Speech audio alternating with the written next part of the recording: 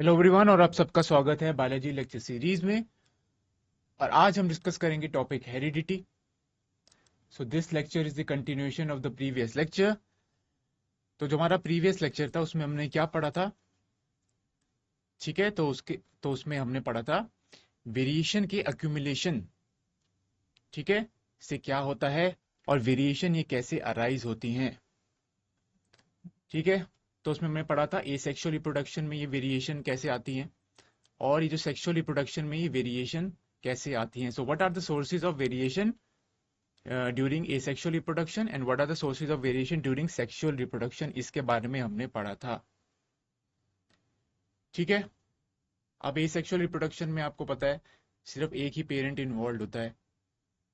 ठीक है, तो उसमें वेरिएशन कैसे आती हैं? तो उसमें वेरिएशन आ सकती है due to error during replication और ड्यू टू म्यूटेशन। तो इसकी वजह से क्या होता है, डीएनए सीक्वेंसेस में चेंजेस आ जाती हैं। तो जो भी यहाँ प्रोजेनी प्रोड्यूस होती है, ठीक है, वो जेनेटिकली आइडेंटिकल तो होती है पेरेंट के, बट उसमें कुछ माइनर डिफरेंसेस आ सकते हैं, माइनर वेरिएशंस आ सकते हैं। वैसे ही सेक्सुअल रिप्रोडक्शन में वेरिएशंस आती हैं। वो क्यों आती हैं? क्योंकि सेक्सुअल रिप्रोडक्शन में दो पेरेंट्स इन्वॉल्व हैं और यहाँ पे गैमीट्स बनते हैं, जो कि किससे बनते हैं? मियोसिस से बनते हैं। मियोसिस से क्या होता है? मियोसिस में रिडक्शनल डिवीजन होती है, chromosome number are reduce to half. और मियोसिस में क्या होता है इसके अलावा? Genetic recombination and crossing over. ठीक है, तो this is one source of variation, meiosis में जो रिकॉम्बिनेशन हो रही है। फिर क्या होता है, ये जो दोनों गैमीट्स हैं वो आपस में फ्यूज करते हैं, जिसको बोलते हैं फर्टिलाइजेशन। और क्या होता है, फ्यूजन के बाद जाइगोट बनता है। तो जाइगोट में, ठीक है, कॉम्बिनेशन हो रहा है जेनेटिक मटेरियल का फादर और मदर का। तो जाइगोट में एक क्रोमोसोम सेट आ रहा है फादर से, एक क्रोमोसोम सेट आ रहा है मदर से। तो this is also source of variation. फिर हमने पढ़ा था ये जो वेरिएशंस जो हैं दे एक्यूमुलेट ओवर द जनरेशंस। ठीक है, और when they accumulate over the generation then they slowly lead to the evolution of the new species। और वेरिएशन बहुत ही इंपॉर्टेंट होते हैं, तो हमने इसके बारे में पढ़ा था what are the importance of the variation. तो variation helps in the survival of the species, और वही वेरिएशंस नेक्स्ट जनरेशन में सिलेक्ट होती हैं जो कि किसी भी ऑर्गेनिज्म को सर्वाइवल एडवांटेज देती हैं। Okay, this is clear. तो वेरिएशन जो है वो जैसे ही सेल रिप्रोड्यूस करता है, जैसे ही कोई ऑर्गेनिज्म रिप्रोड्यूस करता है, तो कुछ वेरिएशंस आ सकती हैं। ये वेरिएशन अगर एडवांटेज है, सर्वाइवल एडवांटेज प्रोवाइड करती हैं, तो ये वेरिएशन नेक्स्ट जनरेशन में जाती है। नेक्स्ट जनरेशन में फिर से ऑर्गेनिज्म रिप्रोड्यूस कर रहा है, उसके दौरान कुछ और वेरिएशन आ सकती हैं। अब यहाँ पे दो वेरिएशंस हो गई जो कि दो ट्रेड्स कन्फर कर रही हैं। अब ये दोनों ट्रेड्स, ठीक है, ये सर्वाइवल एडवांटेज दे रहे हैं, तो ये दोनों ट्रेड्स सिलेक्ट होंगे। ऐसे दोबारा ऑर्गेनिज्म रिप्रोड्यूस करेगा तो कोई तीसरे प्रकार की वेरिएशन आ सकती है जो कि किसी तीसरे ट्रेड को कॉरेस्पॉन्ड कर सकती है। तो ये जो वेरिएशंस हैं these get accumulated over the generations, और इसकी वजह से there is evolution of the new species. ठीक है, उसके बाद हम हेरिडिटी के बारे में पढ़ रहे थे। तो हेरिडिटी क्या होता है? Transfer of the genes from the parent to the offsprings. Clear? तो डीएनए जो है वो ट्रांसफर होता है from parent to the offsprings. तो डीएनए क्या करता है, वो रेप्लिकेट करता है। ठीक है, रेप्लिकेट के बाद क्या होता है, डीएनए की कॉपीज बन जाती हैं। एक कॉपी चली जाती है एक सेल में, दूसरी कॉपी चली जाती है दूसरे डॉटर सेल में। ठीक है, तो बेसिक बॉडी डिजाइन जो है वो डॉटर सेल का या जो प्रोजेनी होती है उसका सेम रहता है, पर उसमें कुछ डिफरेंसेस होते हैं। जैसे कि ह्यूमंस है, वो ह्यूमंस को ही वो ह्यूमन चाइल्ड ही बनाएगा। पिग है वो जो है वो पिग को ही बर्थ देगा। ठीक है, तो बेसिक बॉडी डिजाइन सबका सेम रहता है, पर माइनर डिफरेंसेस होती हैं, माइनर वेरिएशंस होती हैं। सेक्सुअल रिप्रोडक्शन में वेरिएशन बहुत ज्यादा होती हैं, एसेक्सुअल रिप्रोडक्शन में वेरिएशन यूजुअली बहुत ही कम होती हैं। ठीक है, उसके बाद हम स्टार्ट कर रहे थे about the laws of inheritance जो कि मेंडल ने दिए थे। ठीक है, तो इस लेक्चर में हम क्या पढ़ने वाले हैं? Will study about the Mendel's law. तो Gregor Johann Mendel he is known as the father of the genetics. तो ये पी प्लांट पर वर्क कर रहे थे। पी प्लांट का साइंटिफिक नेम क्या है? Pisum sativum. तो मेंडल जो है, इन्होंने पी प्लांट्स पर एक्सपेरिमेंट किए थे, और ये जो पी प्लांट्स थे, they were true breeding. True breeding क्या होते हैं? Which are homozygous for any trait. ठीक है, तो होमोजाइगस भी हम पढ़ेंगे, होमोजाइगस क्या होता है, हेट्रोजाइगस क्या होता है, इसके बारे में भी हम पढ़ेंगे। फिर हम पढ़ेंगे होमोजाइगस डोमिनेंट क्या होता है, होमोजाइगस रिसेसिव क्या होता है, हेट्रोजाइगस डोमिनेंट क्या होता है, इसके बारे में हम पढ़ेंगे। ठीक है, तो मेंडल ने 3 लॉज दिए थे, law of dominance, law of segregation और लॉ ऑफ इंडिपेंडेंट असॉर्टमेंट। तो इन तीनों के बारे में हम इस लेक्चर में पढ़ेंगे। ठीक है, क्लियर? तो जैसे कि मैंने आपको बताया, मेंडल ने पी प्लांट लिया था which was true breeding. True breeding का मतलब क्या है? It was homozygous for any particular trait. ठीक है, होमोजाइगस का मतलब उसमें सेम प्रकार की जीन्स प्रेजेंट है। क्लियर? हेट्रोजाइगस का मतलब होता है उसमें different alleles are present. Homozygous का मतलब same alleles are present. Clear? ठीक है, तो अब शुरुआत करते हैं इस लेक्चर की। Now the rules of inheritance of traits, okay, given by the Mendel. तो मेंडल के कंट्रीब्यूशन के बारे में हम पहले पढ़ते हैं। Now the rules of the inheritance of such trait in human beings are related to the fact that both the father and the mother contributes practically equal amount of the genetic material to the child। ठीक है, इसका क्या मतलब है? तो rule of inheritance क्या बताता है हमको? तो रूल ऑफ इनहेरिटेंस बताता है कि जो भी प्रोजेनी होती है या जो भी ऑफरिंग्स होते हैं, ठीक है, वो जो ऑफरिंग्स में half of the genetic material आ रहा है फादर से, half of the genetic material आ रहा है मदर से। So both the parent they contribute equally to the child, they contribute equal amount of genetic material to the child। so 50-50% आता है दोनों का।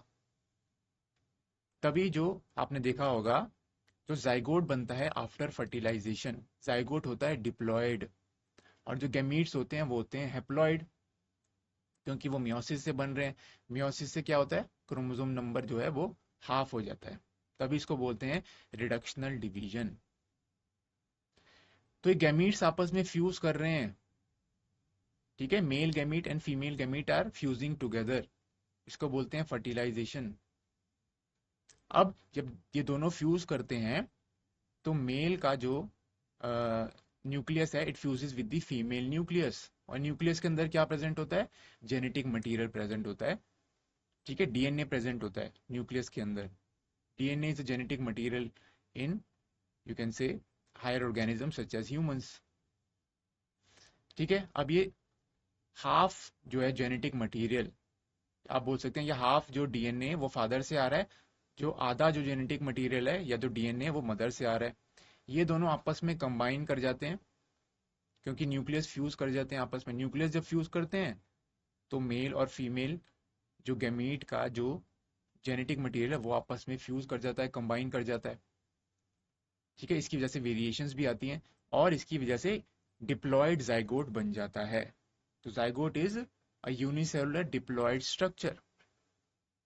तभी जाइगोट को हम 2n लिखते हैं, यानी कि 2n का मतलब क्या है? इसमें दो क्रोमोसोम सेट्स प्रेजेंट हैं।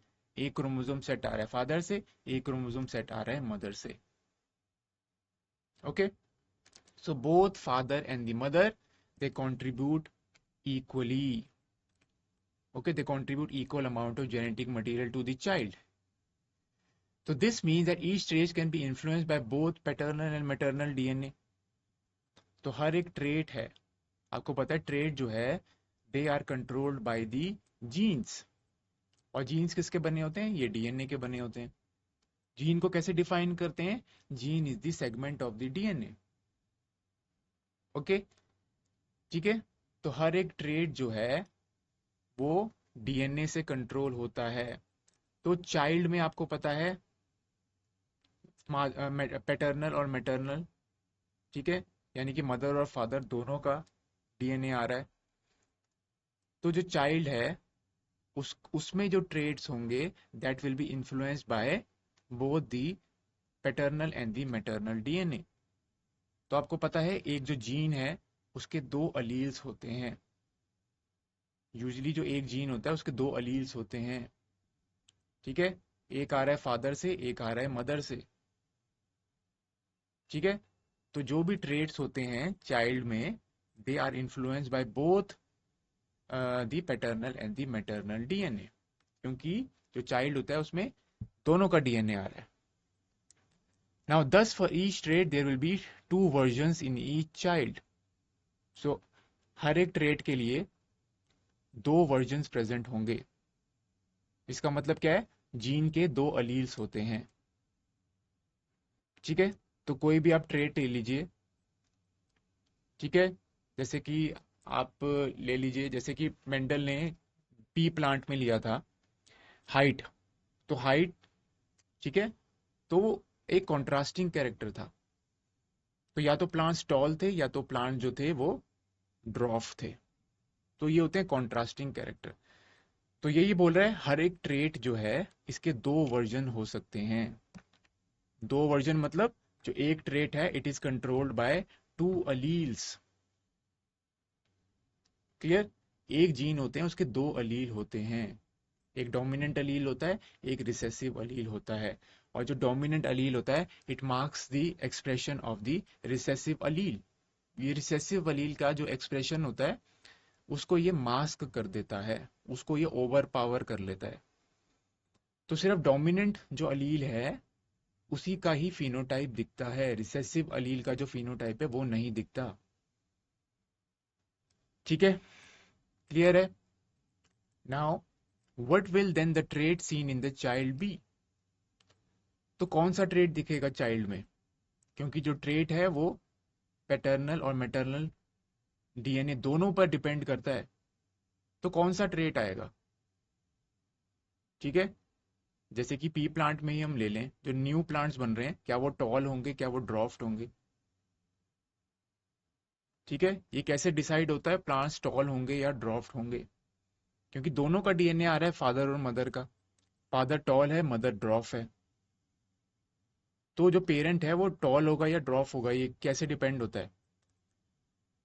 तो जो भी डोमिनेंट जो अलील होगी उसका जो है फिनोटाइप दिखेगा।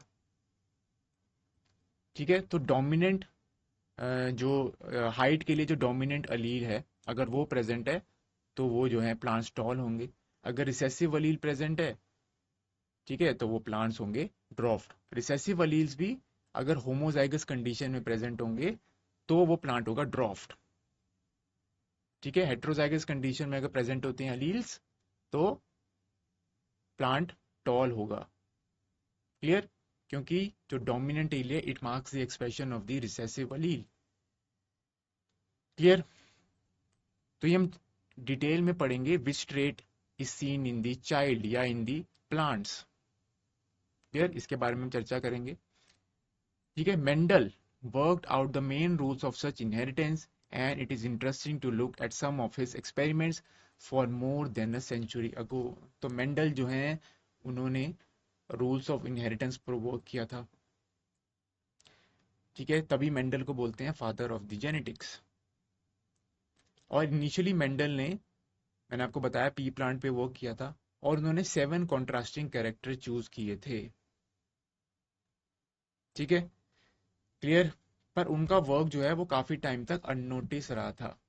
Later on it was discovered by another scientist. तो उन्होंने जो वर्क किया था वो किसी ने भी बिलीव नहीं किया था इनिशियली, और जो वर्क था वो अननोटिस रह गया था उनका वर्क।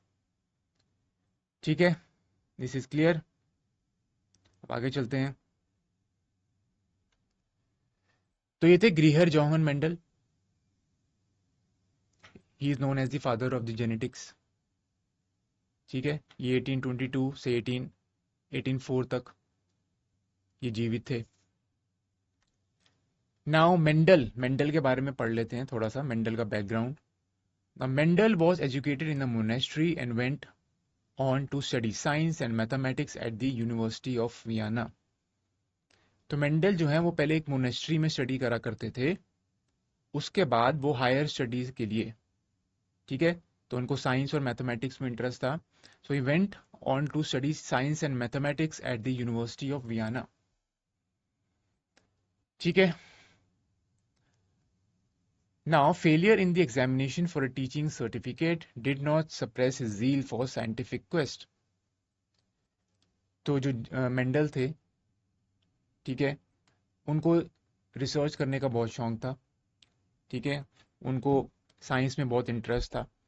तो even he got a failure in the examination for a teaching certificate, still he was quite enthusiastic to study science. So he went back to his monastery and started growing peas. तो वो अपनी monastery में वापस गए, उन्होंने P plants grow करने start कर दिए। Now, many others had studied the inheritance of traits in the peas and other organisms earlier, but Mendel blended his knowledge of science and mathematics and was the first one to keep count of individuals exhibiting a particular trait in each generation. ठीक है, ये clear? तो बहुत सारे ऐसे scientist थे, उन्होंने भी पी प्लांट पर वर्क किया था और वो भी इनहेरिटेंस को स्टडी कर रहे थे, ठीक है, तो they were also studying the inheritance of the trait in the pea plant. पर मेंडल सबसे पहले जो है, मेंडल ने क्या यहाँ पे इंक्लूड किया था, तो मेंडल ने जो अपनी साइंस की नॉलेज थी, ठीक है, इसके अलावा मैथमेटिक्स की जो नॉलेज थी उसको इन्होंने यहाँ पर यूज किया to study the inheritance of the traits. तो Mendel was the first person to use mathematics, ठीक है, to calculate the number of the progeny and all everything. Clear? तो मेंडल, उस टाइम पे कंप्यूटर्स भी अवेलेबल नहीं थे, तो मेंडल ने, ठीक है, जो भी वर्क किया था, जो भी मैथमेटिक्स का भी वर्क किया था, वो उन्होंने खुद से किया था। No, he didn't use any computer tools and all. ठीक है, clear? Now this help him to arrive at the laws of inheritance. तो उन्होंने जो पी प्लांट पे वर्क किया, जिसका साइंटिफिक नेम है पाइसम सेटाइवम, उस वर्क से उन्होंने लॉ ऑफ इनहेरिटेंस दिए थे, ठीक है, जैसे कि law of dominance, law of segregation and law of independent assortment. ठीक है। Now Mendel used a number of contrasting visible characters of garden pea such as round and wrinkle seeds. तो आप देख सकते हैं कॉन्ट्रास्टिंग कैरेक्टर है, ठीक है, एक जो ट्रेट है वो दो फॉर्म्स में है। तो कॉन्ट्रास्टिंग कैरेक्टर क्या होते हैं? व्हेन अ ऑर्गेनिज्म, ठीक है, when two organism they can be differentiated on the basis of one particular character. Clear? ये होते हैं कॉन्ट्रास्टिंग कैरेक्टर। आप उसको डिस्टिंक्ट कर सकते हैं, दे आर डिस्टिंक्टली विजिबल। ठीक है, क्लियर? ये होते हैं कॉन्ट्रास्टिंग कैरेक्टर्स।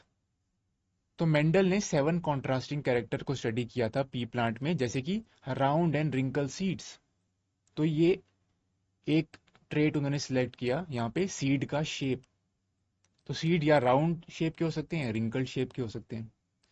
फिर उन्होंने हाइट लिया, दूसरा कैरेक्टर, ठीक है, तो प्लांट्स या तो टॉल थे या तो शॉर्ट थे, ठीक है, शॉर्ट को आप ड्वार्फ भी बोल सकते हैं। तो ये भी एक कॉन्ट्रास्टिंग कैरेक्टर है, ठीक है। एक ट्रेट के यहाँ पे दो वर्जन्स हैं, क्लियर? और दो ऑर्गेनिजम्स हैं, दे differ in one particular trait. तो दो प्लांट हैं, वो एक ट्रेट कौन सा है यहाँ पे? हाइट ले लीजिए। So they differ, two plants they differ in one trait, one particular trait. तो एक ट्रेट हमने हाइट ले लिया, तो या तो प्लांट्स टॉल हैं तो प्लांट्स शॉर्ट हैं। अगर हमने सीड शेप के बारे में बात करी, सीड्स राउंड है या रिंकल्ड है। फ्लावर्स के बारे में बात करी, फ्लावर भी एक ट्रेट है। फ्लावर का कलर, तो फ्लावर या वाइट थे या तो वायलेट थे। तो टू ऑर्गेनिजम्स, और you can say in this case two plants, they differ in one particular trait. ठीक है। नाउ इसके अलावा उन्होंने पॉड शेप वगैरह और भी सारे कैरेक्टर्स लिए थे। So he took pea plants with different characteristic, a tall plant and a short plant, and produced progeny by crossing them and calculated the percentage of tall or short progeny. ठीक है। तो Mendel ने क्या करा? Mendel ने tall plant लिया और short plant लिया और उन दोनों को क्रॉस करवा दिया। ये जो टॉल और शॉर्ट प्लांट थे ये क्या थे? They were homozygous for the traits. ये ट्रू ब्रीडिंग लाइन थी। ट्रू ब्रीडिंग लाइन जो होती है they are homozygous for a particular trait. और ये कैसे प्रोड्यूस होती हैं true breeding line? They are produced by self pollination. तो रिपीटेड सेल्फ पॉलिनेशन करवाते रहते हैं जिसकी वजह से ये जो है ट्रू ब्रीडिंग लाइंस बन जाती हैं। तो मेंडल ने क्या किया? टॉल प्लांट को क्रॉस कराया शॉर्ट प्लांट से। तो ये जो टॉल प्लांट था इट वाज होमोजाइगस, ठीक है, और जो शॉर्ट प्लांट था वो भी होमोजाइगस था, ठीक है। तो अगर हम ठीक है, जो हाइट है, अब मैंने आपको बताया था एक पर्टिकुलर ट्रेट होता है या पर्टिकुलर जीन है, उसके दो अलील्स प्रेजेंट होते हैं। तो यहाँ पे जो हाइट है एक ट्रेट है and it is controlled by one gene जिसके दो अलील प्रेजेंट हैं। तो टॉलनेस के लिए कैपिटल टी ले लेते हैं और जो शॉर्ट प्लांट है उसके लिए स्मॉल टी ले लेते हैं, ठीक है, क्लियर। तो capital T is for the tall and small T is for the draft, ठीक है, क्लियर है। पर जो पेरेंट्स है वो कैपिटल टी होंगे, कैपिटल टी जो हो गए वो होमोजाइगस हो गया, ठीक है। तो ये टॉल प्लांट हो गया और जो शॉर्ट प्लांट था उसमें स्मॉल टी प्रेजेंट था, ठीक है, क्योंकि दोनों प्लांट होमोजाइगस हैं, दोनों ट्रू ब्रीडिंग लाइंस थी। तो मेंडल ने क्या किया? कैपिटल टी प्लांट था जो कि टॉल, उसको क्रॉस कराया स्मॉल टी से जो कि था शॉर्ट प्लांट, ठीक है। आपको रिमेंबर क्या रखना है? कैपिटल टी जो है वो टॉल प्लांट्स करता है और जो स्मॉल टी है, ठीक है, वो है ड्वार्फ प्लांट के लिए, ठीक है। उसके बाद क्रॉसिंग कराने के बाद मेंडल ने क्या किया? He calculated the percentage of tall and the short plants. तो इन दोनों के क्रॉसेस से जो भी नेक्स्ट प्रोजेनी बनी, उस प्रोजेनी में मेंडल ने क्या किया? मेंडल ने टॉल प्लांट्स और शॉर्ट प्लांट्स इन दोनों की परसेंटेज को नोट किया कि कितने टॉल थे और कितने शॉर्ट थे, ठीक है। तो मेंडल ने यहाँ पे मैथमेटिक्स का यूज किया और मेंडल का सारा वर्क था वो हैंड रिटन था, कोई भी कंप्यूटर्स वहां पे यूज नहीं किए थे। Now in the first place there was no halfway characteristic in the first generation or the F1 progeny and no medium height plants were produced. तो सारे प्लांट्स थे, सारे प्लांट्स यहाँ पे टॉल थे, ओके, क्लियर है यहाँ पे। तो मेंडल ने क्या ऑब्जर्व किया? जो फर्स्ट जनरेशन थी जिसको हम F1 प्रोजेनी बोलते हैं, F1 की क्या फुल फॉर्म है? फाइलियल वन जनरेशन या फाइलियल वन प्रोजेनी, ये है आपकी फर्स्ट जनरेशन। तो दो पेरेंट्स को क्रॉस कराने के बाद जो प्रोजेनी हुई उसको बोलेंगे हम फर्स्ट जनरेशन या F1 प्रोजेनी। अब मेंडल ने क्या ऑब्जर्व किया यहाँ पे, ठीक है, no medium height plants were observed. तो इंटरमीडिएट हाइट के प्लांट्स नहीं मिले थे, सारे प्लांट थे, सारे प्लांट जो थे वो टॉल थे, ठीक है। तो F1 प्रोजेनी में जो भी प्लांट्स थे सारे टॉल थे और वहां पे कोई भी ऐसा प्लांट नहीं था जो कि शॉर्ट हो या वो मीडियम हाइट का हो, क्योंकि मेंडल ने क्या किया था? टॉल प्लांट और शॉर्ट प्लांट को आपस में क्रॉस कराया था। तो मेंडल ने एक्सपेक्ट किया मे बी जो प्लांट्स हैं, ठीक है, उनमें इंटरमीडिएट हाइट होगी, ठीक है, क्योंकि टॉल और ड्वार्फ को क्रॉस करा रहे हैं यहाँ पे। तो इंटरमीडिएट हाइट यानी कि मीडियम हाइट का कोई भी प्लांट नहीं मिला, इसके अलावा ड्वार्फ प्लांट भी कोई नहीं मिला, सारे प्लांट टॉल थे इसमें, ठीक है। तो आप देख सकते हैं यहाँ पे ये होमोजाइगस डोमिनेंट है, कैपिटल टी, ठीक है। और ये जो स्मॉल टी है ये क्या है? Homozygous recessive. तो ये दोनों ट्रू ब्रीडिंग लाइंस हैं। ट्रू ब्रीडिंग लाइंस मैंने आपको बताया they are homozygous for a particular trait. यहाँ पे ट्रेट क्या है? हाइट है, या तो प्लांट्स टॉल है या तो प्लांट शॉर्ट है, ये है कॉन्ट्रास्टिंग कैरेक्टर्स, ओके। तो मेंडल ने क्या किया? होमोजाइगस टॉल को क्रॉस कराया होमोजाइगस रिसेसिव से। अब F1 प्रोजेनी आपने देखा यहाँ पे filial one, this is the first generation, यहाँ पे सारे प्लांट्स टॉल थे, ठीक है। और इनका जीनोटाइप क्या था, कैपिटल टी स्मॉल टी।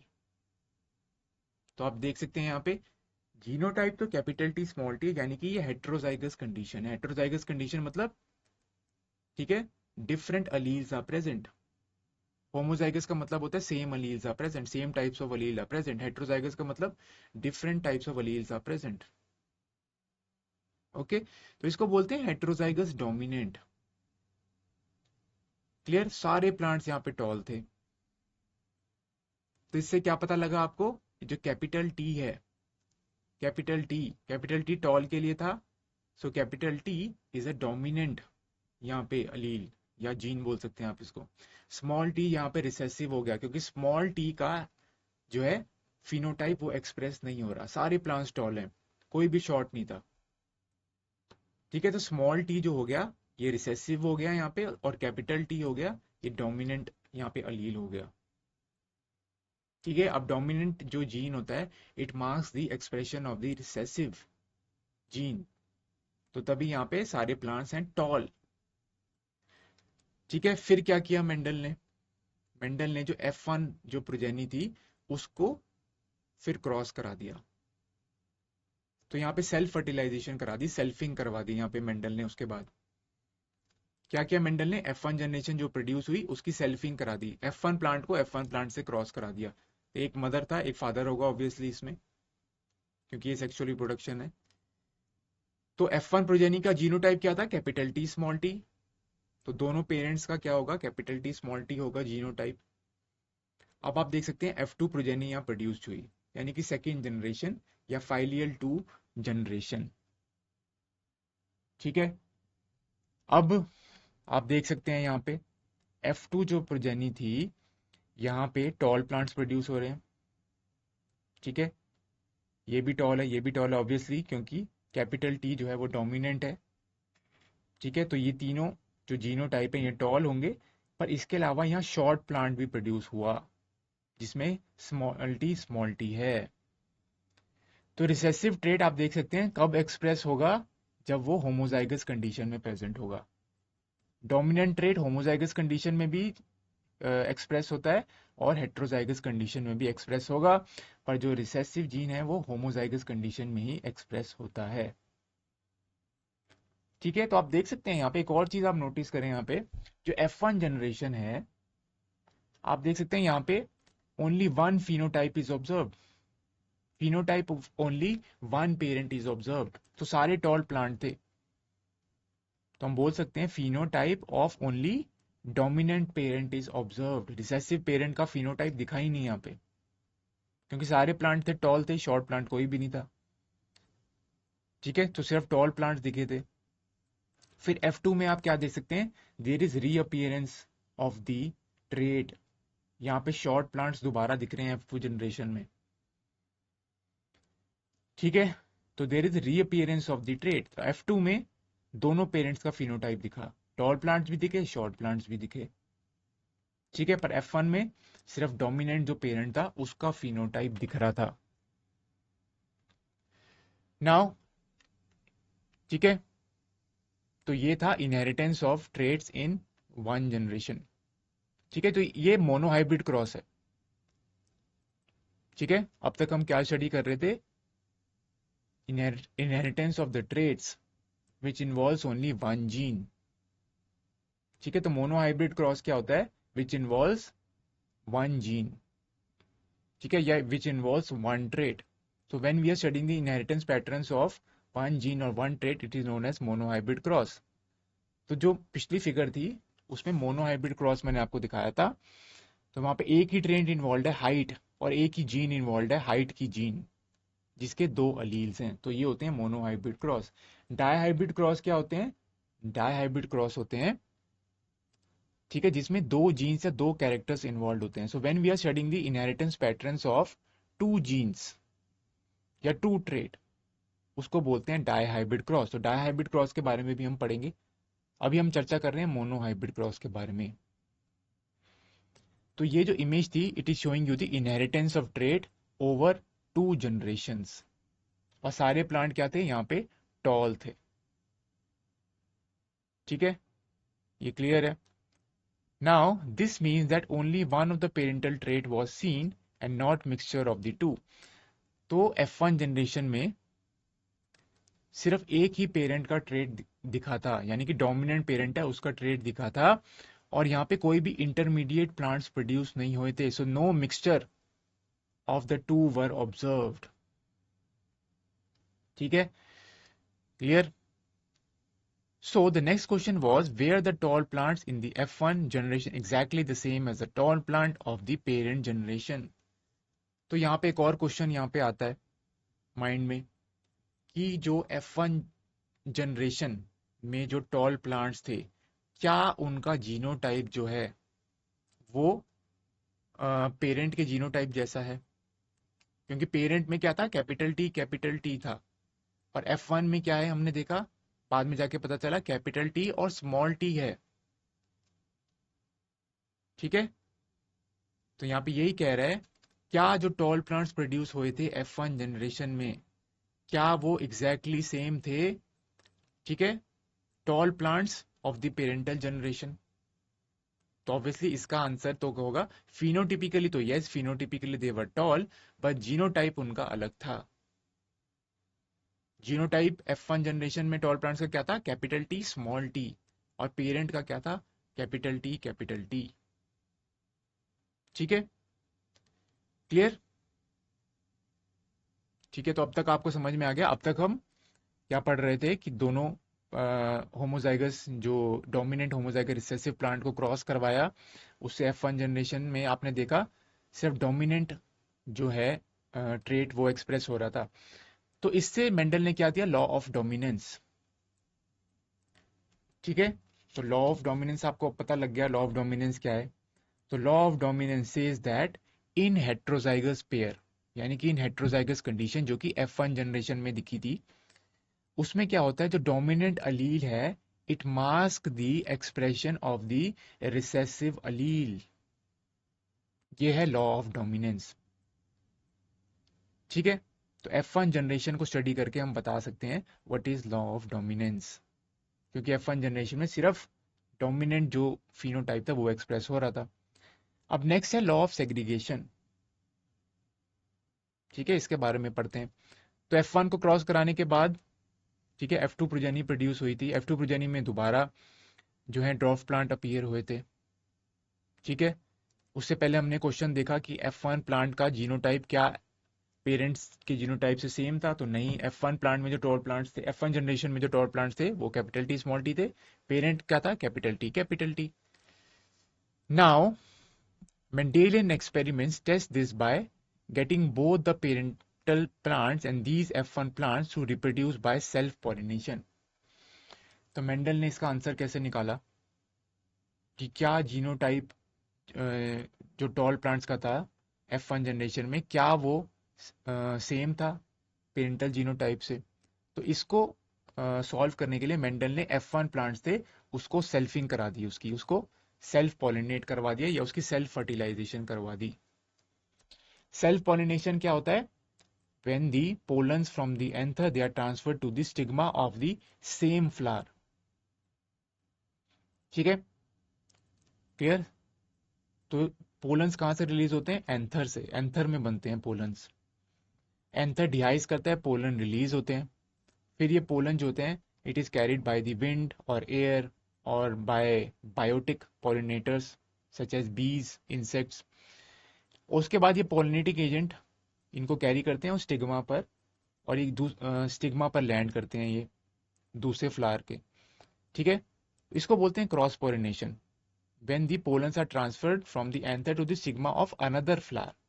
ये हो गई क्रॉस पॉलिनेशन। पर मेंडल ने क्या कराई यहाँ पे, सेल्फ पॉलिनेशन, यानी कि the pollens are transferred from the anther to the stigma of the same flower.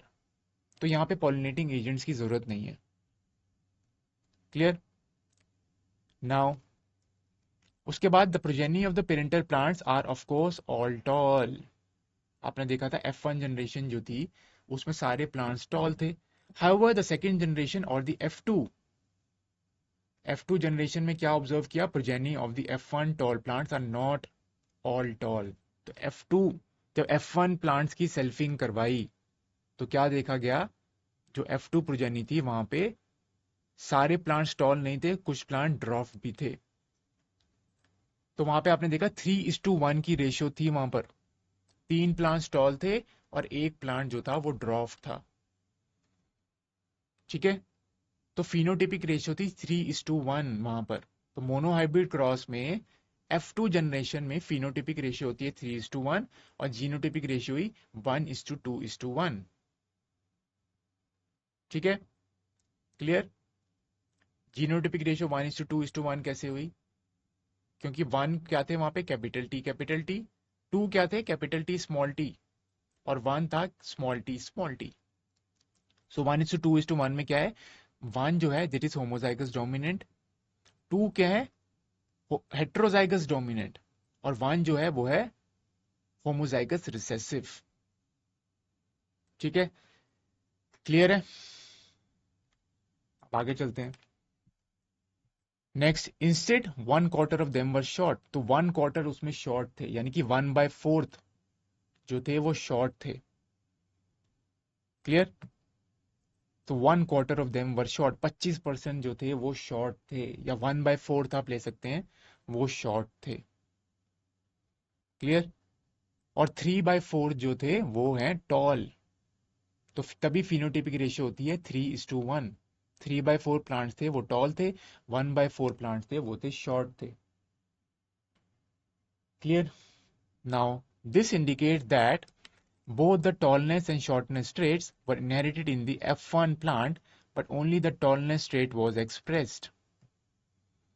तो ये क्या इंडिकेट करता है, क्योंकि यहाँ पे F2 जनरेशन में रीअपियर हो रहा है जो शॉर्ट प्लांट्स थे, शॉर्ट जो ड्रॉफ प्लांट थे, दे आर रीअपियरिंग, ये जो ट्रेट है वो रीअपियर हो रहा है शॉर्ट प्लांट्स।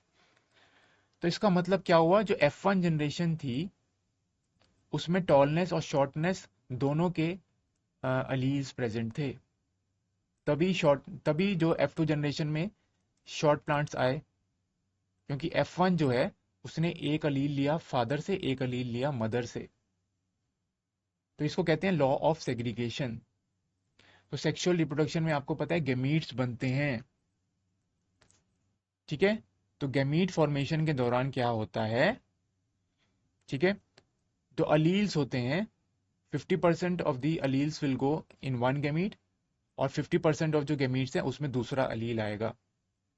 तो F1 जनरेशन में क्या था, कैपिटल टी स्मॉल टी, तो 50% ऑफ गमीट्स में कैपिटल टी जाएगा, 50% ऑफ गमीट्स में जाएगा स्मॉल टी।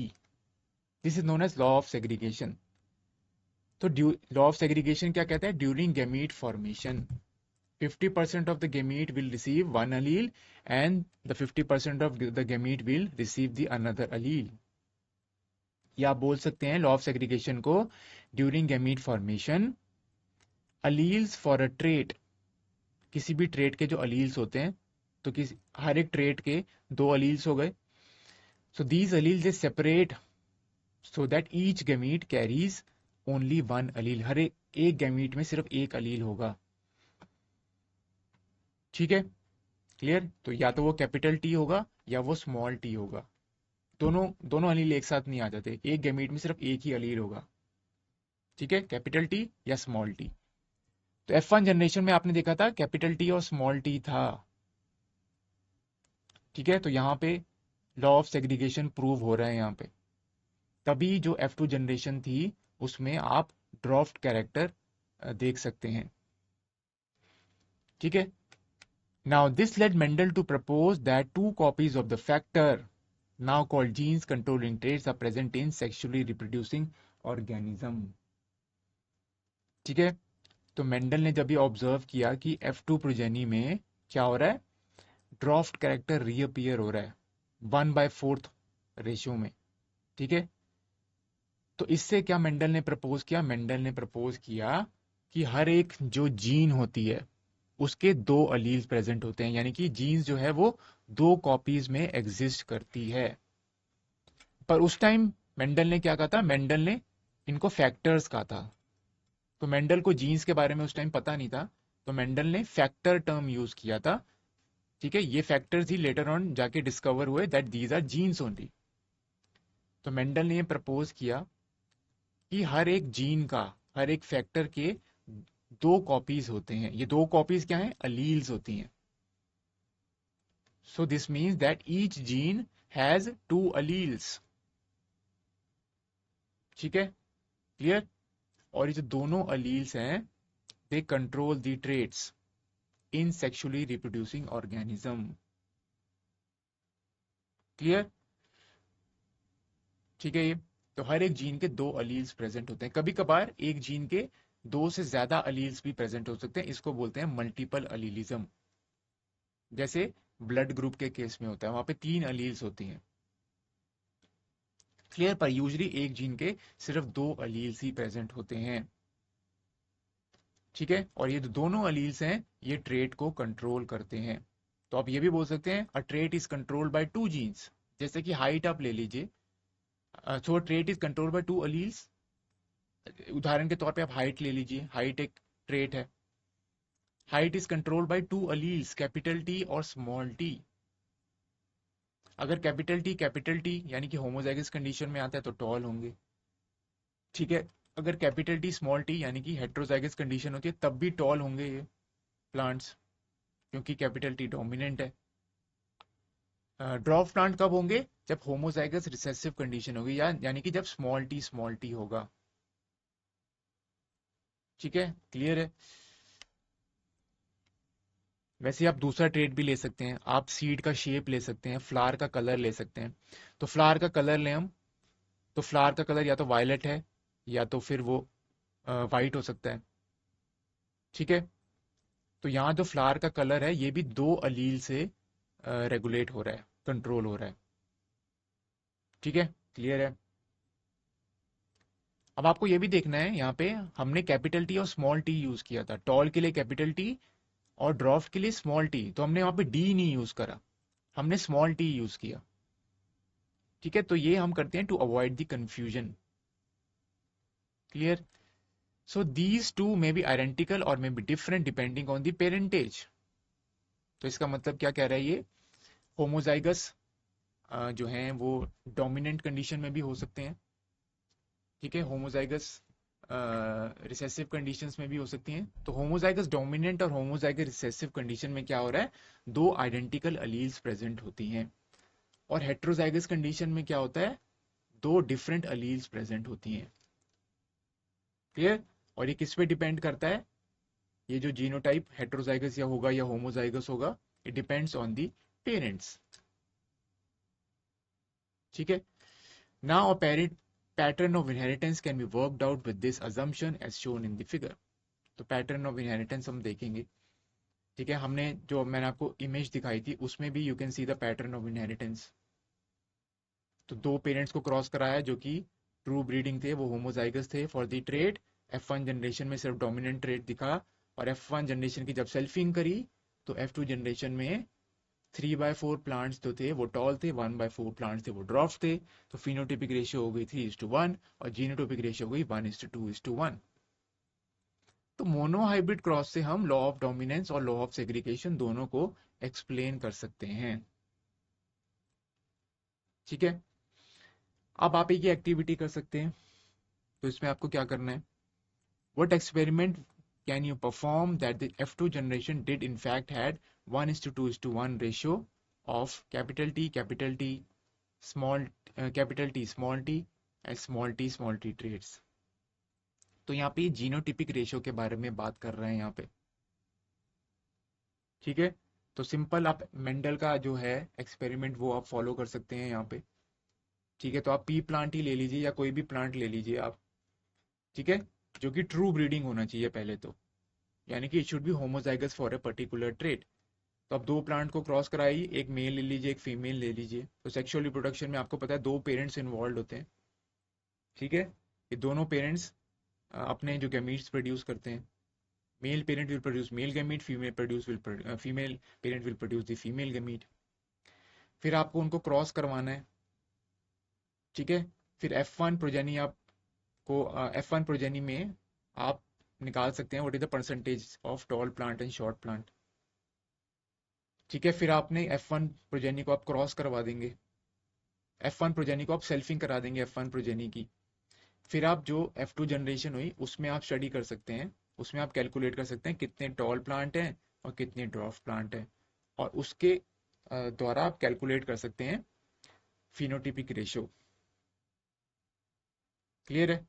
ठीक है, और वहां पे जीनोटिपिक रेशियो क्या हुई, 1:2:1। ठीक है, क्लियर है ये? तो 1 क्या थे, कैपिटल टी कैपिटल टी। ठीक है, 2 क्या थे, कैपिटल टी स्मॉल टी, और स्मॉल टी अगेन 1 था। ठीक है, क्लियर? सो 1/4 थे कैपिटल टी, 2/4 हो गए कैपिटल टी स्मॉल टी, और 1/4 हो गए स्मॉल टी। तो आप ये एक्टिविटी कर सकते हैं, ओके, 1:2:1 रेशियो को डिटरमाइन करने के लिए। ठीक है, clear? Now, in this explanation, both capital T and small t are tall plants, while only capital T is a short plant. ठीक है, क्लियर? तो होमोजाइगस डोमिनेंट हो गया capital T, homozygous heterozygous dominant हो गया कैपिटल टी स्मॉल टी, और small T क्या हो गया, वो हो गया आपका ड्वार्फ प्लांट, यानी कि होमोजाइगस रिसेसिव। ठीक है, क्लियर है? Now, in other words, a single copy of capital T is enough to make the plant tall, while both copies have to be small t for the plant to be short. तो एक single copy capital T की enough है, okay, for the dominant phenotype to express. और अगर small T, ठीक है, small T अगर homozygous form में होगा, तभी वो जो है अपना इफेक्ट शो कर पाएगा। So two copies of small t are required for the plant to be short. Okay, this is clear. अब आगे चलते हैं। Now, traits like capital T are called dominant, while those that behave like small t are called as recessive. इसको recessive बोलते हैं हम। तो capital T trait जो हो गया, कैपिटल टी अलील, वो डोमिनेंट हो गया, and it is controlling the dominant traits. और स्मॉल टी क्या हो गया, वो रिसेसिव अलील हो गया, which is you can say controlling the recessive trait. ठीक है, this is clear. तो ये है law of dominance. Here the dominant allele masks the expression of the recessive allele. तो आप देख सकते हैं यहाँ पे आपको एक फिगर दी गई है, you have to work out which trait would be considered dominant and which one is recessive in this figure. तो कौन सा ट्रेट यहाँ पे डोमिनेंट है, कौन सा ट्रेट यहाँ पे रिसेसिव है, ये आपको बताना है। क्लियर? तो यहाँ पे क्या हुआ, आप यहाँ पे क्या हो रहा है, पेरेंट्स हैं, पी मतलब पेरेंटल जनरेशन, F1 मतलब फर्स्ट जनरेशन, F2 मतलब सेकेंड जनरेशन। F1 को फाइलियल 1 भी बोल सकते हैं, F2 को फाइलियल 2 भी बोल सकते हैं। रेशियो आप देख सकते हैं यहाँ पे 3:1 आ रही है, यानी कि ये मोनोहाइब्रिड क्रॉस है, यानी कि it involves one character only, it involves one gene only. ठीक है, यहाँ पे कौन सा कैरेक्टर है, फ्लावर का कलर। ठीक है, तो ये कॉन्ट्रास्टिंग कैरेक्टर हो गया पहले तो दो प्लांट्स हैं, they are different in one particular trait. ठीक है, तो क्लियरली आप डिस्टिंक्ट कर सकते हैं यहाँ पे प्लांट्स को, एक प्लांट में वायलेट फ्लावर है, एक प्लांट में है वो वाइट फ्लावर है। ठीक है, तो आपने पेरेंट्स ले लिए, एक मेल हो गया एक फीमेल हो गया, दोनों को आपने क्रॉस करवाया, यानी कि क्रॉस फर्टिलाइजेशन करवाई। क्रॉस फर्टिलाइजेशन को आप क्रॉस पॉलिनेशन भी बोल सकते हैं। तो क्रॉस पॉलिनेशन मैंने आपको बताया क्या होता है, the pollens from the anthers, they are transferred to the stigma of another flower. ठीक है, तो आप देख सकते हैं यहाँ पे क्रॉस फर्टिलाइजेशन करवाई, और F1 प्रोजेनी जो है उसमें सारे प्लांट्स थे, सारे प्लांट्स वायलेट हैं यहाँ पे, सारे प्लांट्स का जो फ्लावर कलर था वो वायलेट था, सारे वायलेट कलर के फ्लावर थे यहाँ पे। ठीक है, यानी कि सिर्फ एक ही ट्रेट यहाँ पे अपीयर हो रहा है, so one of the parental trait appears in the F1 generation, और दूसरा ट्रेट है वाइट फ्लावर, वो तो अपीयर ही नहीं हो रहा F1 जनरेशन में। ठीक है, तो इन F1 generation only the dominant phenotype is being observed. ठीक है, तो यहाँ पे क्या होगा, जो वायलेट जो फ्लावर था, ठीक है, वो होमोजाइगस कंडीशन में था, ठीक है, होमोजाइगस डोमिनेंट। जो वाइट है यहाँ पे, वो होमोजाइगस रिसेसिव कंडीशन में था। अब आप कैसे बोल सकते हैं, अब आप बोल सकते हैं F1 जनरेशन को देख के कि जो वायलेट जो वो है trait that is dominant. Violet trait यहाँ पे डोमिनेंट है क्योंकि F1 जनरेशन में सिर्फ डोमिनेंट फिनोटाइप आता है, और जो वाइट कलर है वो रिसेसिव है, जो कि F2 जनरेशन में दिख रहा है। ठीक है, तो वायलेट कलर ट्रेट डोमिनेंट हो गया, और वायलेट कलर की जीन वो भी डोमिनेंट हो गई। वाइट कलर जो है का जो ट्रेट है वो रिसेसिव ट्रेट हो गया, और जो जीन इसको कंट्रोल कर रही है वो भी रिसेसिव हो गई। ठीक है, दिस इज क्लियर। तो सपोज हम ले लेते हैं यहाँ पे जो फ्लावर कलर है, ठीक है, ये दो अलील्स हैं इसके। जो फ्लावर कलर का तो जीन है उसके दो अलील्स हैं, तो हम ले लेते हैं कैपिटल आर और स्मॉल आर। तो वायलेट जो इनिशियल जो वायलेट पेरेंट था, वायलेट कलर के जिसमें फ्लावर थे, उसमें कैपिटल आर होगा, और जो वाइट कलर के जो प्लांट थे उसमें स्मॉल आर होगा। अब आप गैमीट्स बनाएंगे इसके सबसे पहले, तो कैपिटल आर वाले जो प्लांट्स हैं उनमें जो भी गैमीट्स होंगे उसमें कैपिटल आर प्रेजेंट होगा। ठीक है, और जो स्मॉल आर है, ठीक है, ये जो प्लांट था उसमें जितने भी गैमीट्स होंगे उसमें स्मॉल आर होगा।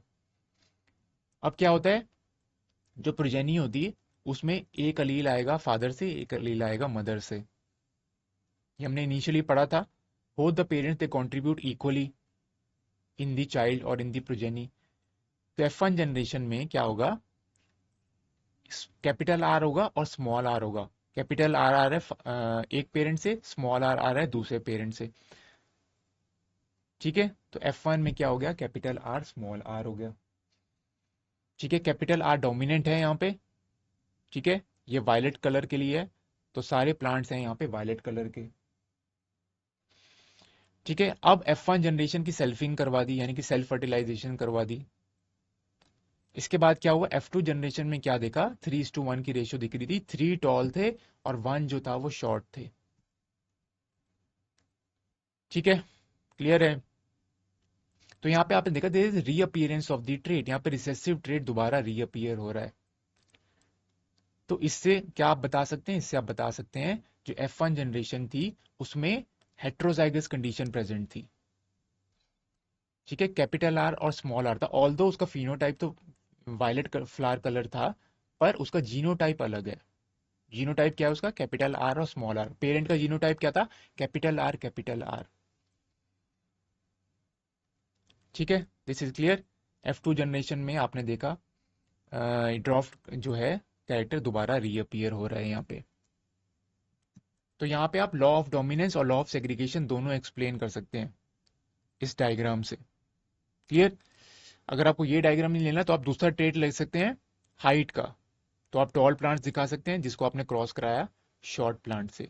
F1 जनरेशन में सारे टॉल होंगे, F2 जनरेशन में आप क्या होगा, टॉल आपके होंगे प्लांट्स 3 की रेशियो में, और ड्रॉफ प्लांट होंगे 1 की रेशियो में। ठीक है, इसके अलावा आप जीनोटाइप फ्रीक्वेंसी भी लिख सकते हैं, वो होगी 1:2:1। Now, what happens when pea plants showing two different characteristics rather than just one are bred with each other? तो अब तक हम पढ़ रहे थे इनहेरिटेंस ऑफ वन जीन के बारे में। ठीक है, मोनोहाइब्रिड क्रॉस के बारे में हम पढ़ रहे थे। अब हम पढ़ेंगे डाई हाइब्रिड क्रॉस के बारे में, यानी कि inheritance of the two genes. Dihybrid cross involves two genes और टू कैरेक्टर्स और टू ट्रेट्स। ठीक है, तो दो ट्रेट्स को आप कंबाइन कर लीजिए।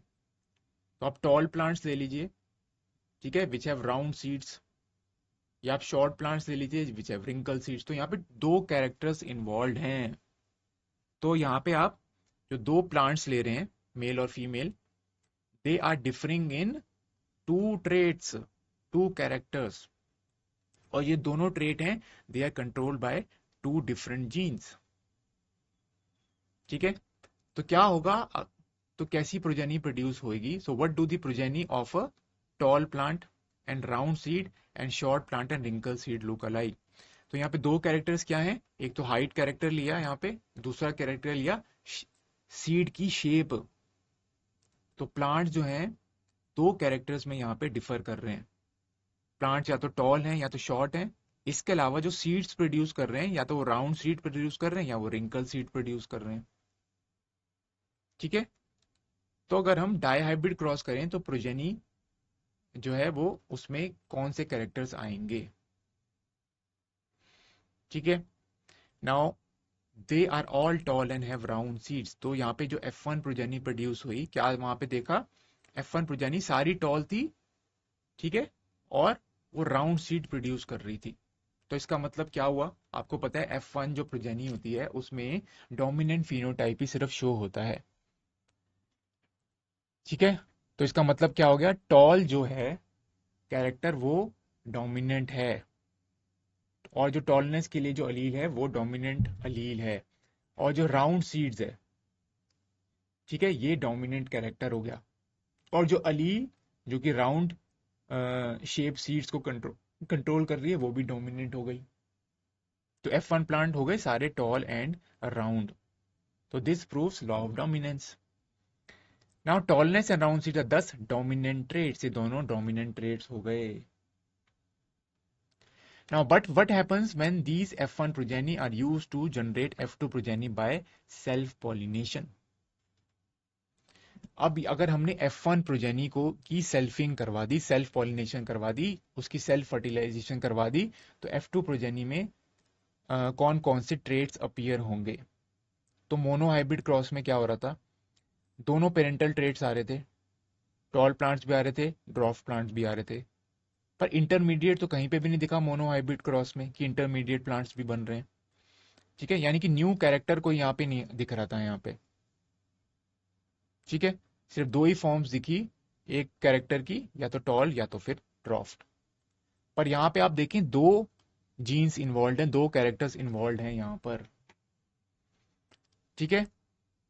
Now a Mendelian experiment will find that some F2 progeny are tall plants with round seeds and some are short plants with wrinkle seed. तो F2 प्रोजेनी में क्या दिखा, तो F2 प्रोजेनी में सबसे पहले तो पेरेंटल फिनोटाइप दिखा, टॉल प्लांट्स जिनके पास राउंड सीड्स थे, और शॉर्ट प्लांट्स जो कि रिंकल सीड प्रोड्यूस कर रहे थे। तो ये तो हो गए parental. However there could also be some F2 progeny that showed new combination. तो इसके अलावा कुछ ऐसे भी प्लांट्स ऑब्जर्व किए मेंडल ने जिनमें न्यू कॉम्बिनेशंस थी। तो न्यू कॉम्बिनेशंस बन गई वहां पर। पेरेंटल कॉम्बिनेशन तो थे ही, पेरेंटल ट्रेट तो अपीयर हुआ ही। ठीक है, ये दोनों पेरेंटल थे, टॉल प्लांट्स राउंड सीड्स और शॉर्ट प्लांट्स और रिंकल सीड्स, ये पेरेंटल ट्रेट्स थे, पेरेंटल पेरेंट्स में थे ये। तो ये तो आए ही, ऐसे प्लांट्स तो थे ही दोनों, पर कुछ नए प्रकार के प्लांट्स भी बने जिसमें न्यू कैरेक्टरिस्टिक्स थे, न्यू कॉम्बिनेशंस थी वहां पे। ठीक है। तो इस बेसिस पे मेंडल ने दिया था लॉ ऑफ इंडिपेंडेंट असॉर्टमेंट। ठीक है, कि F2 प्रोजेनी में न्यू कॉम्बिनेशंस बन रहे थे। तो लॉ ऑफ इंडिपेंडेंट असॉर्टमेंट क्या कहता है, लॉ ऑफ इंडिपेंडेंट असॉर्टमेंट कहता है inheritance of one trait is not does not affect the inheritance of the another trait. या बोल सकते हैं inheritance of one trait is independent of the inheritance of the another trait.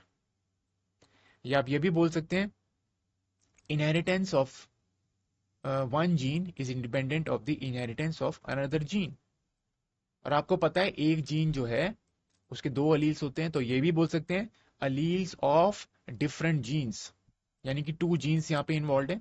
So allele of two genes they assort independently of one another during the gamete formation. तो ये new combination कब बन रहे हैं, during the gamete formation. Gamete formation के दौरान ये जो कैरेक्टर हैं वो सेग्रीगेट कर जाते हैं। गैमीट फॉर्मेशन के दौरान मियोसिस होती है जिससे की वजह से रिकॉम्बिनेशन एंड क्रॉसिंग ओवर होती है।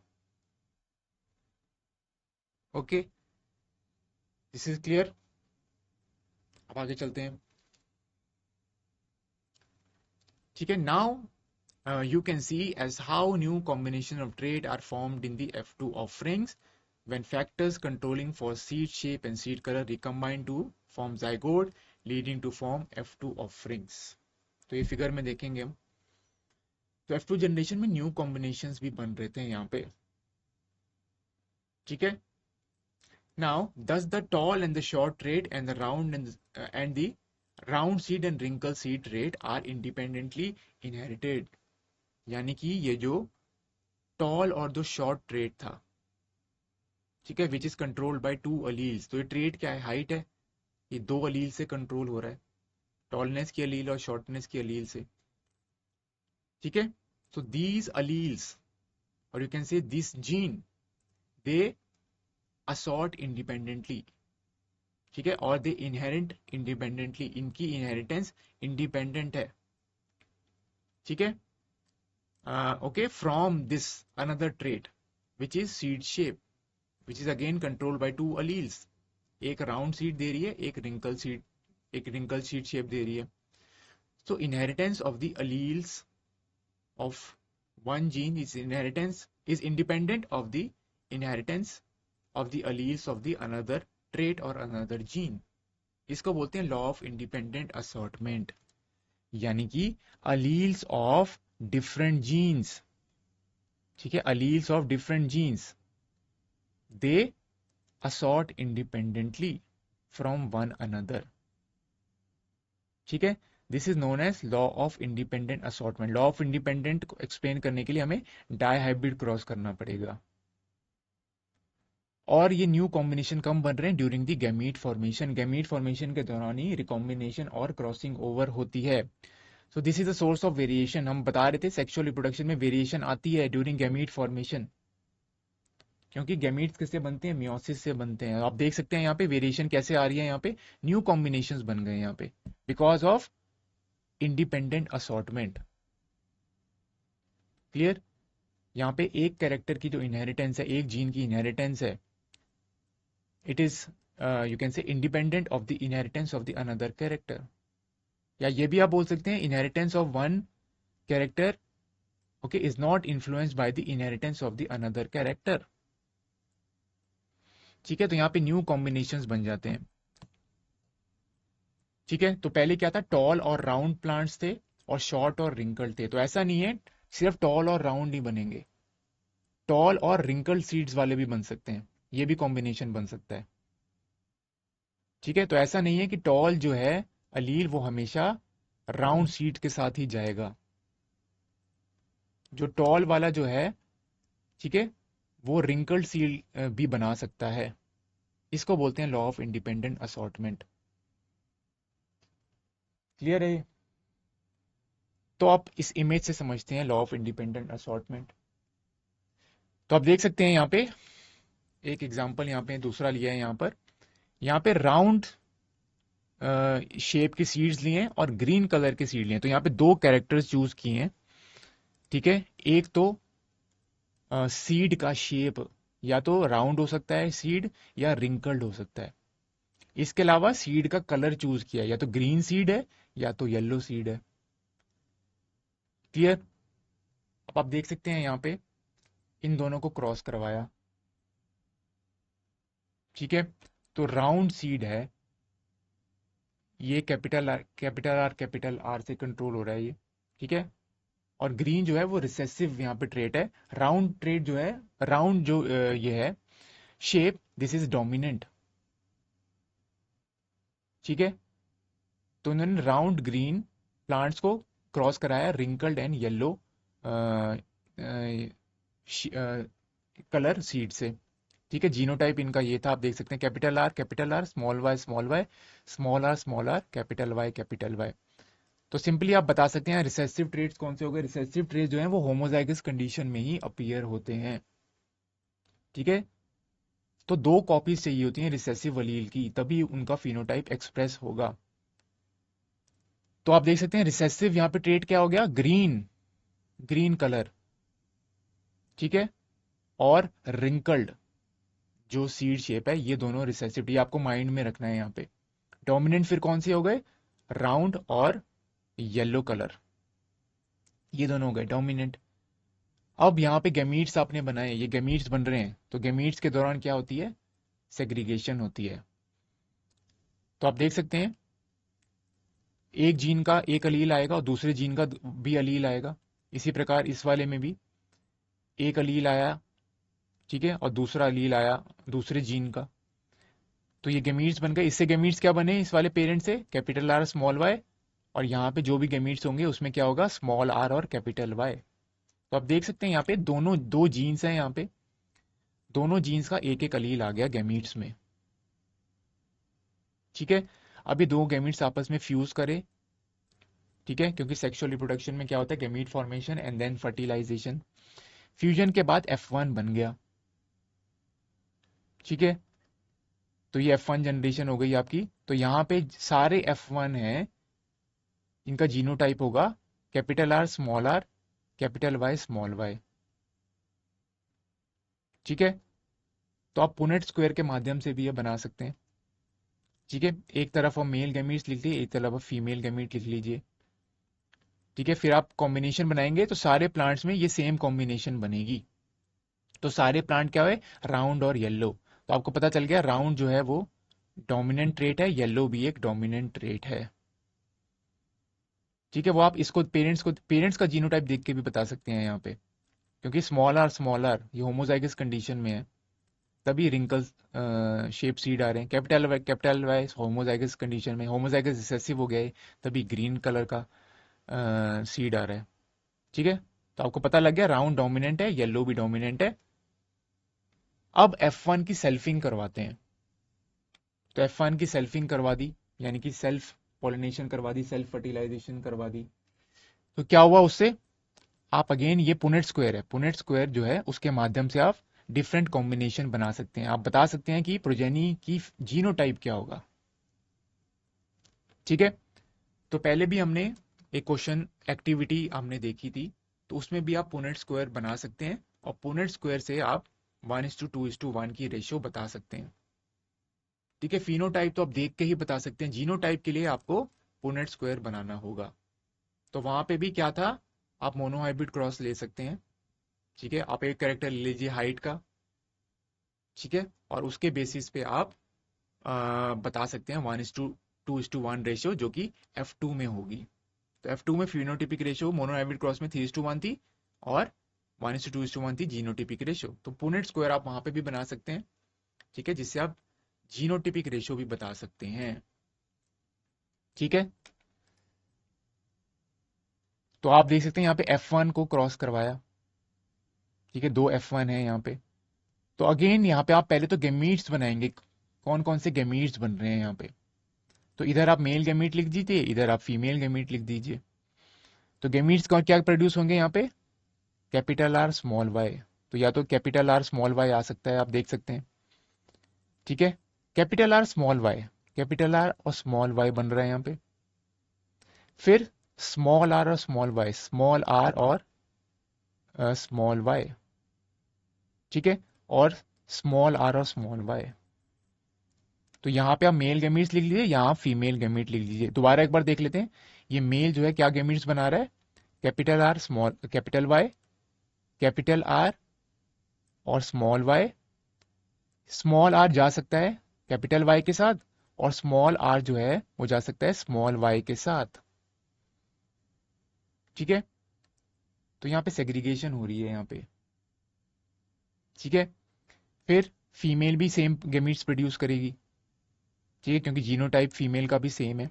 तो फीमेल ने भी कैपिटल आर कैपिटल वाई के साथ जा सकता है, कैपिटल आर है वो स्मॉल वाई के साथ भी जा सकता है, फिर स्मॉल आर कैपिटल वाई के साथ जा सकता है, और स्मॉल आर स्मॉल वाई के साथ भी जा सकता है, ठीक है। फिर आप डिफरेंट कॉम्बिनेशंस बना सकते हैं ऐसे करके आप इन दोनों को, ठीक है। कैपिटल आर, तो यहाँ पे क्या बनेगा, capital R capital R capital Y. यहाँ क्या बनेगा, कैपिटल आर और कैपिटल वाई स्मॉल वाई। यहाँ क्या बनेगा, capital R small R capital Y. यहाँ क्या बनेगा, capital R capital Y and small Y. तो ऐसे आप डिफरेंट कॉम्बिनेशंस बना सकते हैं यहाँ पर, ठीक है। ये क्लियर है। वैसे ही आप इधर देखिए, इधर क्या होगा, capital R capital Y small Y, इधर क्या होगा, capital R capital small Y, again इधर कैपिटल वाई स्मॉल वाई, इधर होगा कैपिटल आर स्मॉल वाई, ऐसे ही बाकी के कॉम्बिनेशन सब बना सकते हैं। ठीक है, अब इन्होंने कलर भी दिखाया है यहाँ पे इस इमेज में, और इन्होंने कलर ऑफ द सीड भी दिखाया है, इसके अलावा इन्होंने शेप ऑफ द सीड भी दिखाई है। तो ये देख सकते हैं ये रिंकल्ड है यहाँ पे, ठीक है, जिसका ग्रीन कलर है। अब आप इस प्रोजेनी को, ये F2 प्रोजेनी हो गई, अब आप इसको स्टडी कर सकते हैं, इसकी आप फिनोटिपिक और जीनोटिपिक रेशो निकाल सकते हैं। ठीक है, तो यहाँ पे इन्होंने फिनोटिपिक रेशो दिखाई है 9:3:3:1। ठीक है, तो आप देख सकते हैं ये 9 यहाँ पे राउंड और येलो प्रोड्यूस हुए। ठीक है, और यहाँ पे न्यू कॉम्बिनेशंस भी आप बन रही हैं, यहाँ पे राउंड और ग्रीन, रिंकल्ड और येलो। ठीक है, तो यहाँ पे पेरेंटल कॉम्बिनेशन भी बन रहे हैं और यहाँ पे न्यू कॉम्बिनेशन भी बन रही हैं। तो इससे आप लॉ ऑफ इंडिपेंडेंट असॉर्टमेंट को प्रूव कर सकते हैं। ठीक है, क्लियर है, न्यू कॉम्बिनेशन बन रही है, दैट्स वाई। ओके, उससे आप प्रूव कर सकते हैं लॉ ऑफ इंडिपेंडेंट असॉर्टमेंट। तो अब देखते हैं राउंड और येलो, यहाँ पे 9 कह रहे हैं यहाँ पे, तो राउंड और येलो देख लेते हैं कौन कौन से होंगे। ये राउंड और येलो होगा, ठीक है, दोनों डोमिनेंट ट्रेट हैं। फिर ये भी राउंड और येलो होगा, ठीक है, क्योंकि स्मॉल वाई है वो रिसेसिव है। ये भी राउंड और येलो हो गया, तो 3 हो गए।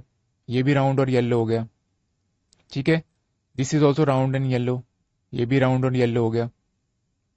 Okay, this is also round and yellow, this is also round and yellow, ठीक है, this is also round and yellow. तो 9 राउंड एंड येलो हो गए।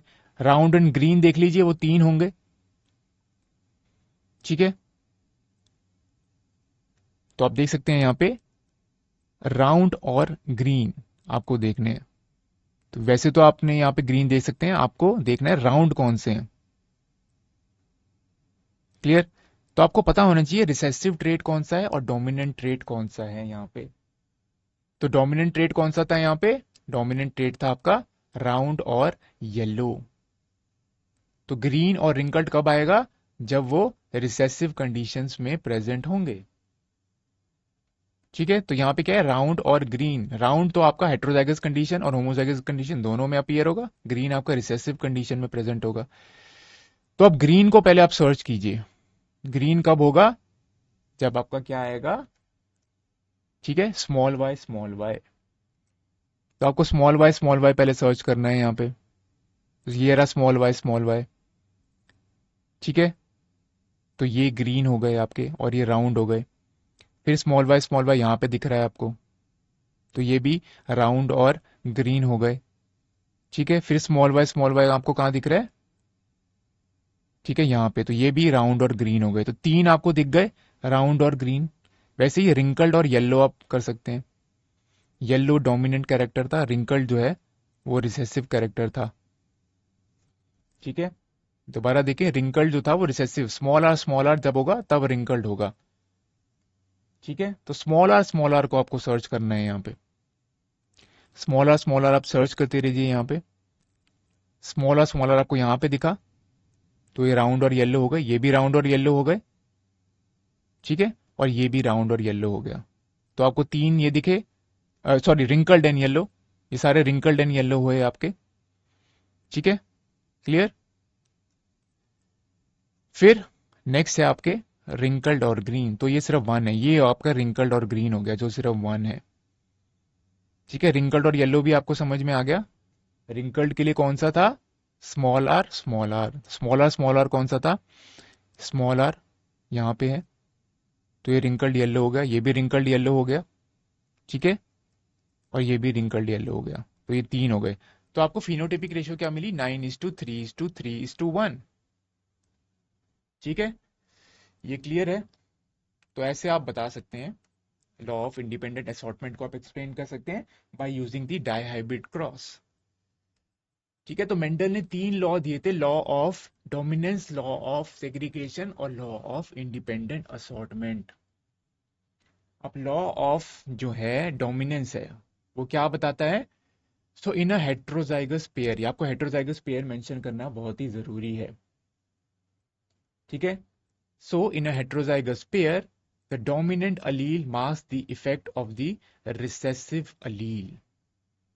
डोमिनेंट जो अलील है वो जो है रिसेसिव जो अलील है उसके एक्सप्रेशन को मास्क कर देता है, ठीक है। लॉ ऑफ सेग्रीगेशन क्या कहता है? During gamete formation alleles of a trait they separate so that each gamete carries only one allele। तो हर एक गैमीट में सिर्फ एक ही अलील आएगा। 50% ऑफ द गैमीट में एक अलील आएगा, 50% ऑफ गैमीट में दूसरा अलील जाएगा। सपोज कैपिटल टी और स्मॉल टी है, तो 50% ऑफ गैमीट में कैपिटल टी चला गया, 50% ऑफ द गैमीट में स्मॉल टी चला गया, ठीक है। अगर कोई होमोजाइगस इंडिविजुअल है तो सारे गैमीट्स में सिर्फ एक ही अलील प्रेजेंट होगा, क्योंकि होमोजाइगस इंडिविजुअल में सिर्फ एक ही अलील प्रेजेंट होता है, ठीक है। लॉ ऑफ इंडिपेंडेंट असॉर्टमेंट आपको समझ में आ गया। लॉ ऑफ इंडिपेंडेंट असॉर्टमेंट क्या कहता है? Inheritance of one trait is independence of the inheritance of another trait, ठीक है। या inheritance of one gene is independent of the inheritance of another gene, or you can say alleles of different gene they are sought independently of one another during the gamete formation, ठीक है। Clear? तो आपको phenotypic ratio यहाँ पे पता चल गई, ठीक है। आपकी बुक में सिर्फ फिनोटिपिक रेशियो ही मेंशन्ड है, जीनोटिपिक रेशियो F2 जनरेशन की यहाँ पे मेंशन नहीं है, क्लियर? ठीक है। जीनोटिपिक रेशियो भी आप कैलकुलेट कर सकते हैं यहाँ पे, जैसे मोनो हाइब्रिड क्रॉस में आप कैलकुलेट कर सकते हैं जीनोटिपिक रेशियो 1:2:1, तो वहां पे आपको सेम मोनो हाइब्रिड क्रॉस बनाना है, ठीक है। आप वहां पे कैरेक्टर ले लीजिए हाइट का, ठीक है। दो पेरेंट्स को आप क्रॉस करवाइए, F1 को फिर सेल्फ करवाइए, F2 प्रोजेनी को आप स्टडी कीजिए, तो वहां पे फिनोटिपिक रेशियो 3:1 होगी। जीनोटिपिक रेशियो जब आप स्टडी करेंगे पुनेट स्क्वायर बना के, तो वहां पे आपको 1:2:1 मिलेगी, ठीक है। वैसे ही आप डाईहाइब्रिड क्रॉस में भी जो है जीनोटिपिक रेशियो कैलकुलेट कर सकते हैं यहाँ पर, ठीक है। पर आपकी बुक में जो है जीनोटिपिक रेशियो मेंशन नहीं है, ठीक है। तो जीनोटिपिक रेशियो डाईहाइब्रिड क्रॉस की, ठीक है, ये क्या होती है? तो मैं आपको बता देता हूँ जीनोटिपिक रेशियो। तो ये होती है 1:2:2:4:1:2:1:2:1, ये होती है इसकी जीनोटिपिक रेशियो, क्लियर? तो आप खुद भी कैलकुलेट कर सकते हैं पुनेट स्क्वायर को देख के जीनोटिपिक रेशियो, ओके, ठीक है। जैसे आप देख सकते हैं capital R small Y small, capital R capital Y, ये सिर्फ वन है, ठीक है। और कोई ऐसा नहीं दिख रहा आपको कैपिटल आर कैपिटल वाई, तो इसको आप वन लिख लीजिए। Similarly small Y small R small Y, तो ये भी सिर्फ वन है, तो इसको भी आप वन लिख लीजिए। फिर आप देखिए capital R capital Y small Y, ये कितने हैं ये आप देख लीजिए, ये कहाँ कहाँ अपीयर हो रहे हैं, ठीक है। तो आपने देखा यहाँ पे अपीयर हो रहा है ये, फिर यहाँ पे भी अपीयर हो रहा है ये, ठीक है। फिर और भी जगह आप देख सकते हैं कहाँ कहाँ ये अपीयर हो रहा है, तो ये सिर्फ दो जगह अपीयर हो रहा है, तो इसको 2 लिख लीजिए, ठीक है। फिर आप ये वाला जीनोटाइप देखिए कैपिटल वाई, तो ये कितनी जगह अपीयर हो रहा है यहाँ पे, ये आप देख लीजिए। तो ऐसे आप जीनोटिपिक रेशियो कैलकुलेट कर सकते हैं। तो आप देख सकते हैं ये भी दो बार, ये capital R small R capital Y है, ये भी capital R small R capital Y, तो ये भी 2 है, तो रेशियो क्या हो गई 1:2:2, ठीक है। फिर ये कहाँ capital R capital Y small Y, ये कितनी जगह अपीयर हो रहा है आपको ये देखें, ठीक है। तो यहाँ पे अपीयर हो रहा है, फिर यहाँ पे भी अपीयर हो रहा है ये, ठीक है। और कहाँ अपीयर हो रहा है? एक और जगह अपीयर हो रहा है, यहाँ पर अपीयर हो रहा है ये, एक यहाँ पे भी अपीयर हो रहा है ये, तो ये 4 हो गया, इसको आप 4 लिखेंगे, ठीक है। ऐसे ही हम नेक्स्ट जीनोटाइप दिखेंगे, ठीक है। इसको देख लीजिए आप, ये कितनी बार अपीयर हो रहा है, ठीक है। तो कुल मिला के आपको कितने जीनोटाइप मिलेंगे यहाँ पे? 9 जीनोटाइप्स मिलेंगे आपको यहाँ पे, ठीक है। 9 डिफरेंट जीनोटाइप्स आपको मिलेंगे। आप उन 9 डिफरेंट जीनोटाइप्स का आप रेशो लिख सकते हैं। तो रेशो क्या होती है 1:2 1:2:4 1:1 1:2 ये होती है इसकी जीनोटिपिक रेशियो। ठीक है, तो जो भी प्रोजेनी प्रोड्यूस हुई, जो भी यहाँ पे ऑफरिंग्स प्रोड्यूस्ड हुई, ठीक है, प्रोजेनी और ऑफरिंग्स आप कुछ भी बोल सकते हैं, सेम चीज ही होती है, is one and the same thing. तो यहाँ पे उसकी फिनोटिपिक रेशियो हुई 9:3:3:1।